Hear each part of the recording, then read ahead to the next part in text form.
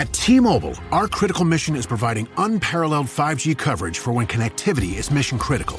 Introducing T-Priority, America's best 5G network experience for first responders, even in times of congestion. More capacity, faster speeds, better coverage.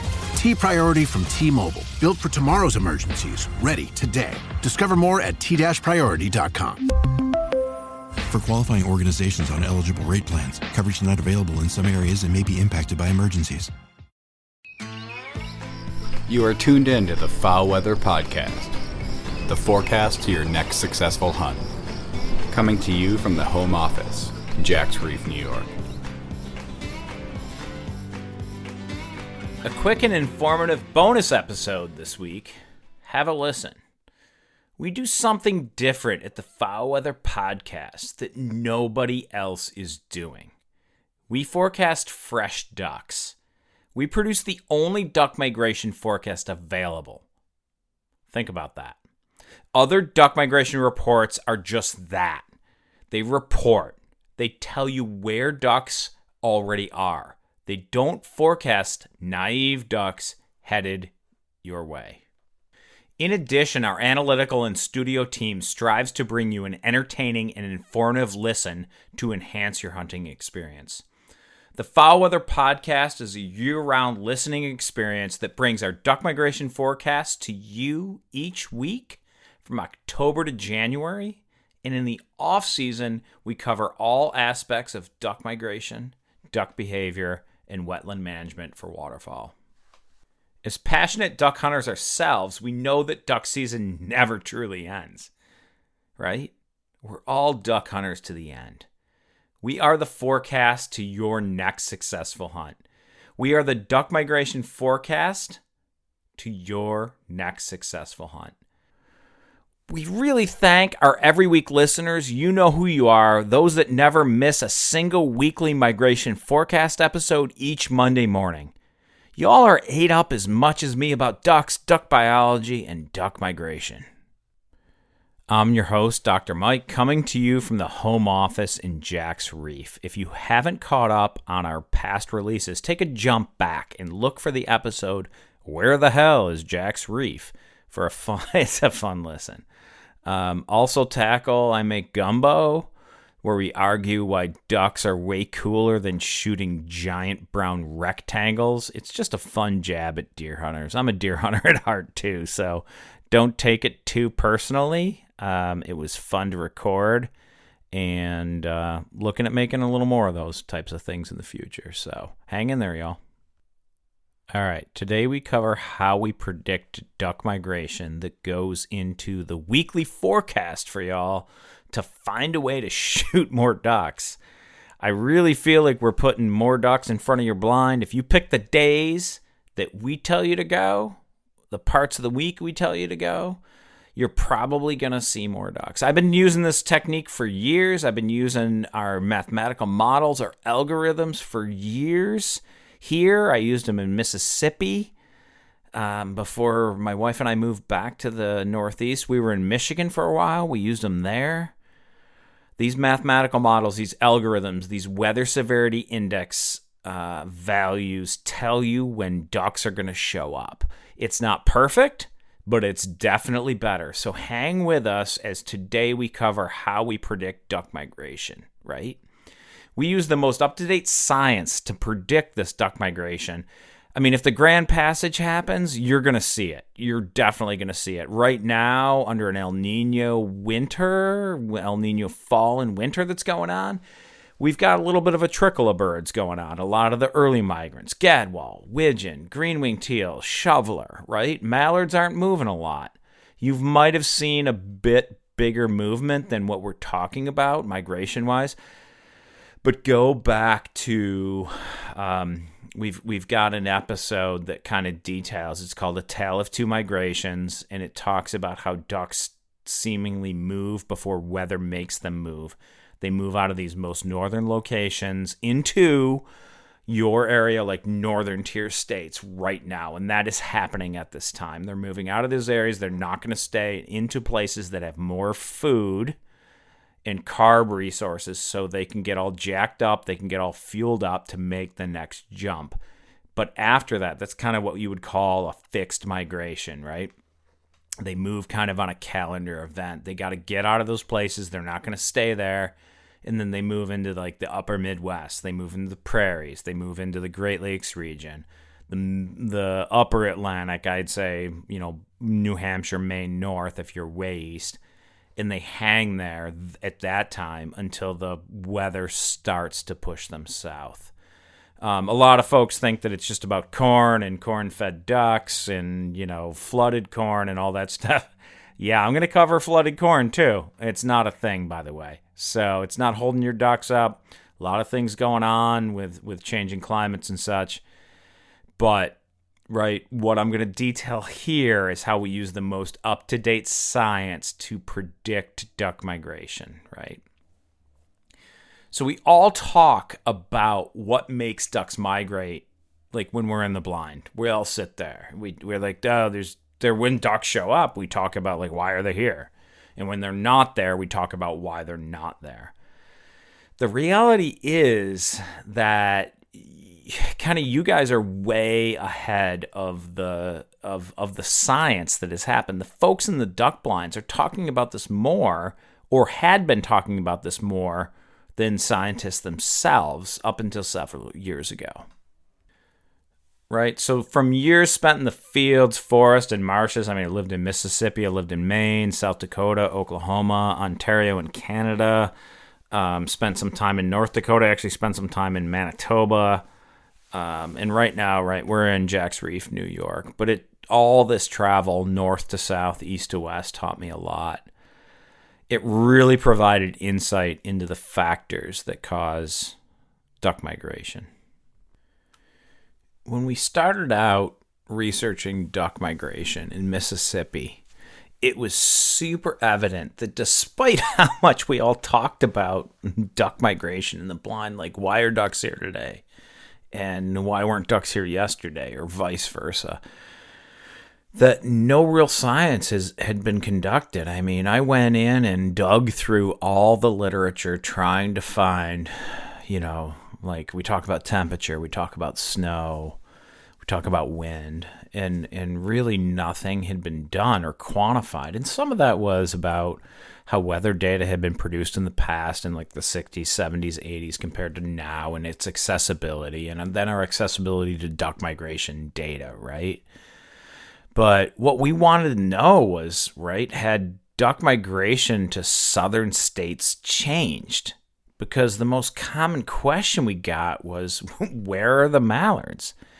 Right? People started thinking that the breeding duck population estimates really just couldn't be right.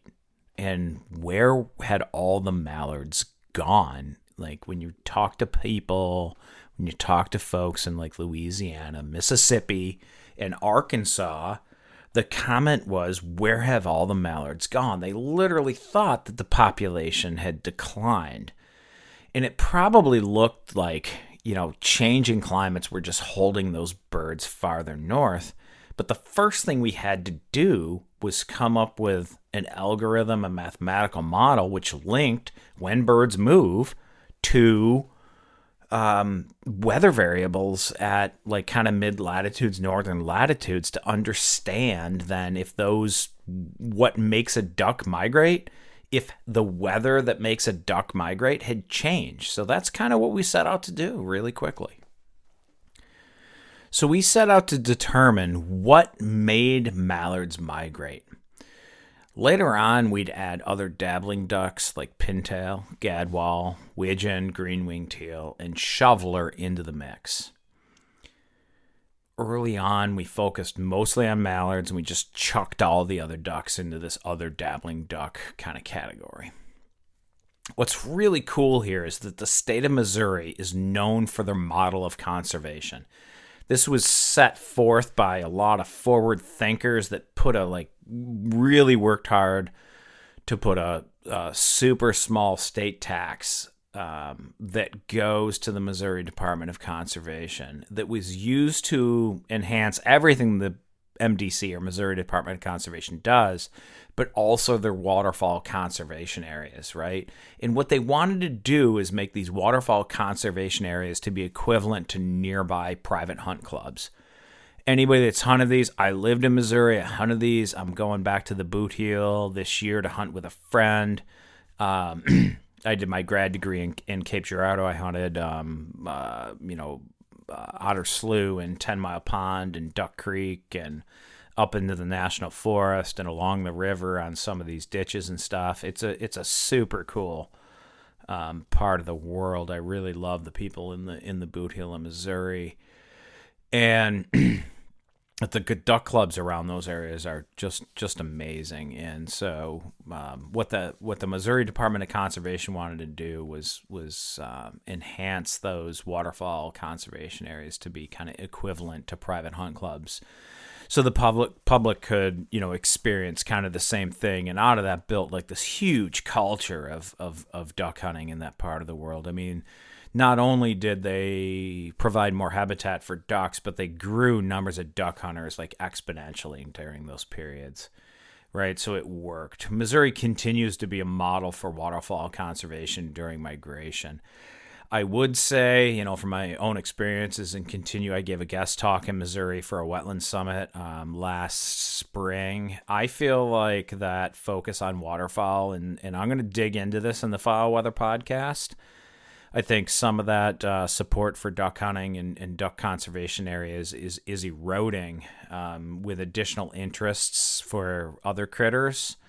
And there tends to be an increasing lack of focus on waterfowl. I think this is highly misdirected on public grounds.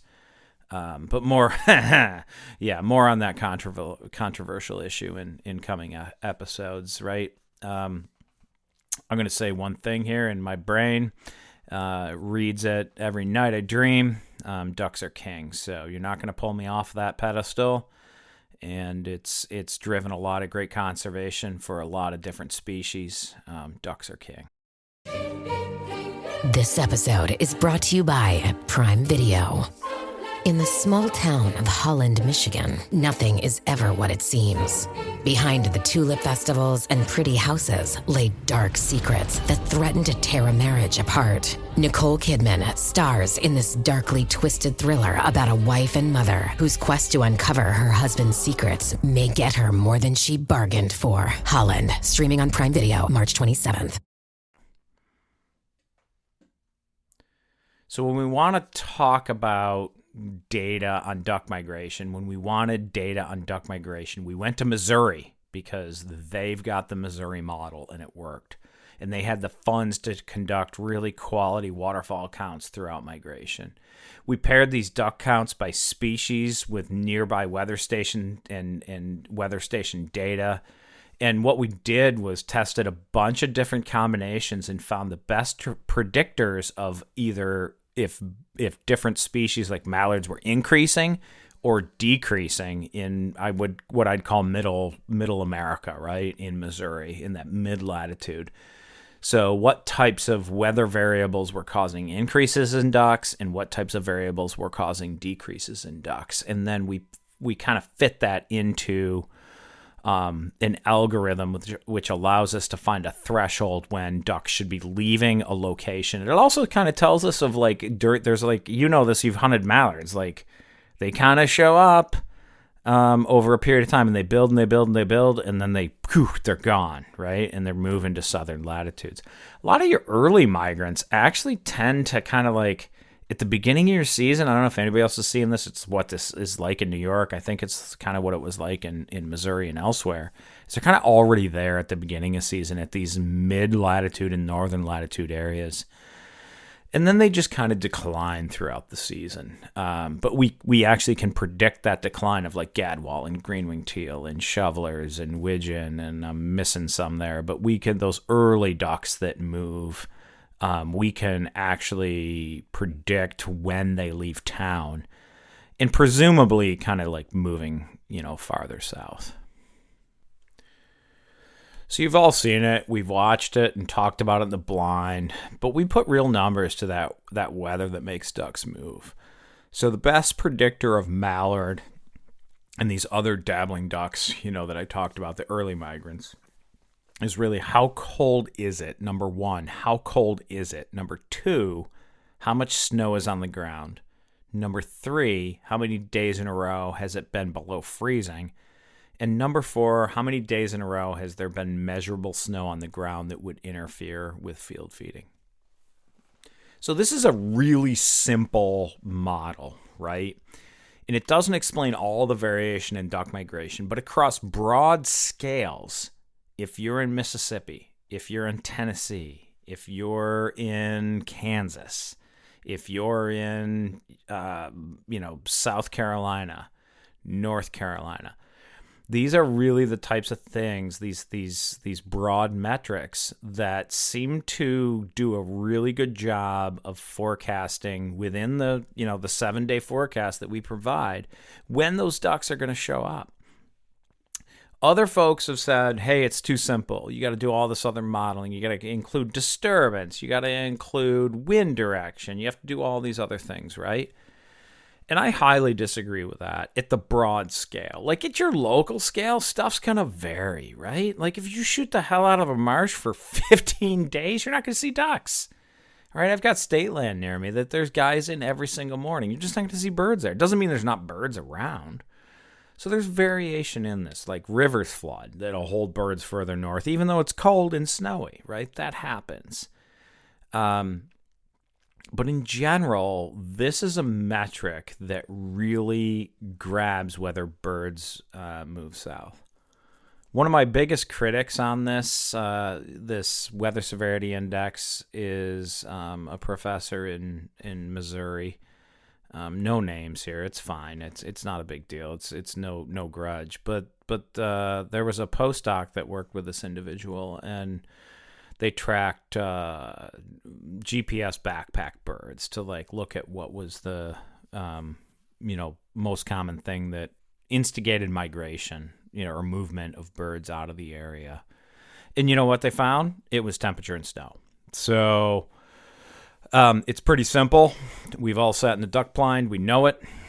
We put numbers to it. We can calculate when it happens on a weekly basis, right? It's pretty cool stuff. Most of you could actually take a newspaper. I tried to make this back in the day when we used newspapers, and make this a thing you could sit and drink a cup of coffee and literally calculate on your kitchen table. So I don't think these ducks think about it too much, and I don't think we have to think about it too hard. When it gets cold and it snows, which it seems to be less often what it does these days, these birds move south, and they do so at different times because they have different tolerances, which is what we're using to make our predictions of when they move south. Of course, the mallards are the latest, right? If listen to the weekly. Next Monday, we're going to drop another one. It's probably not going to call for any kind of major mallard or black duck migration.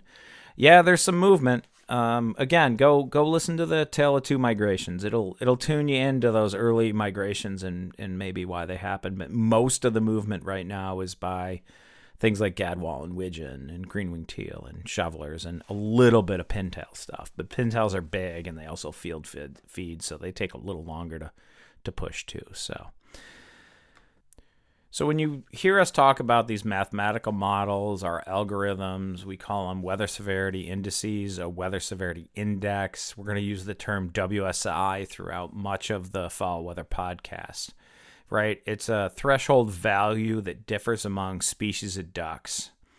So as you listen to the podcast, we talk about WSI values beyond that threshold, which indicates that a duck species is moving out of that location and presumably to places farther south. So a little bit more on why the WSI works, or the Weather Severity Index works. It's how cold is it? So how much energy are these birds expending on that given day, right? How many days in a row has it been cold? So again, this is about energy expenditure. How many days has been cold also affects wetland icing and can actually reduce the food that they can get and make birds feed deeper too. And it takes more energy to tip for food than it does to kind of dabble around on the shallow edges, right? The snowfall portion of this for field feeding birds, right? Pintails, mallards, black ducks, green-winged teal, birds that will typically go into fields. That snow on the ground, how much is there, directly affects whether they can go land in a cornfield and eat corn kernels, and then how many days in a row is affecting energy input. So why this algorithm works? Yeah, it's simple, but it really has to do with how much energy output is going on with this bird and how much energy input is able to happen to sustain that bird, to allow it to stay warm, to thermoregulate, right? So you're thinking, well, there's things that in there that mostly feed in wetlands, so why is snow still a component, right? Shovelers, gadwall, widgeon, they're kind of more open water. They're not, yes, you will see them in a field. It's really uncommon, though. They're mostly straight up wetland birds. But if we think about it, the more numbers of days in a row that are cold, right? So your average temperature is declining. And the more snowfall, this is why I think snow still is incorporated into this, is important. That snowfall into those wetlands decreases water temperature really quickly and then enables wetland icing to happen faster. So I was kind of surprised to see snow in there for kind of what we call these wetland obligate, or species that kind of have to feed in wetlands. But I really think it has to do with just general degradation of weather in general, harsher weather, but also really that wetland cooling that goes on as well. I want to again note that these are not migration reports we produce. Migration reports tell you about ducks that have already arrived and been shot at. Lots of love for DU, Delta Waterfowl, and others that produce these reports. But by the time you get these reports, these ducks are probably already in refuges or safe places. You've seen it. Fresh ducks are naive and killable. The Foul Weather Podcast produces forecasts to tell you about the timing of fresh ducks. If you want a full breakdown of how the WSI works, check out our video at foulweather.co. That's co, not .com. foulweather.co. We produce the only duck migration forecast available for the Central, Mississippi, and Atlantic flyways. All right, my friends, that's a wrap on how we predict duck migration. Duck seasons are slowly ramping up.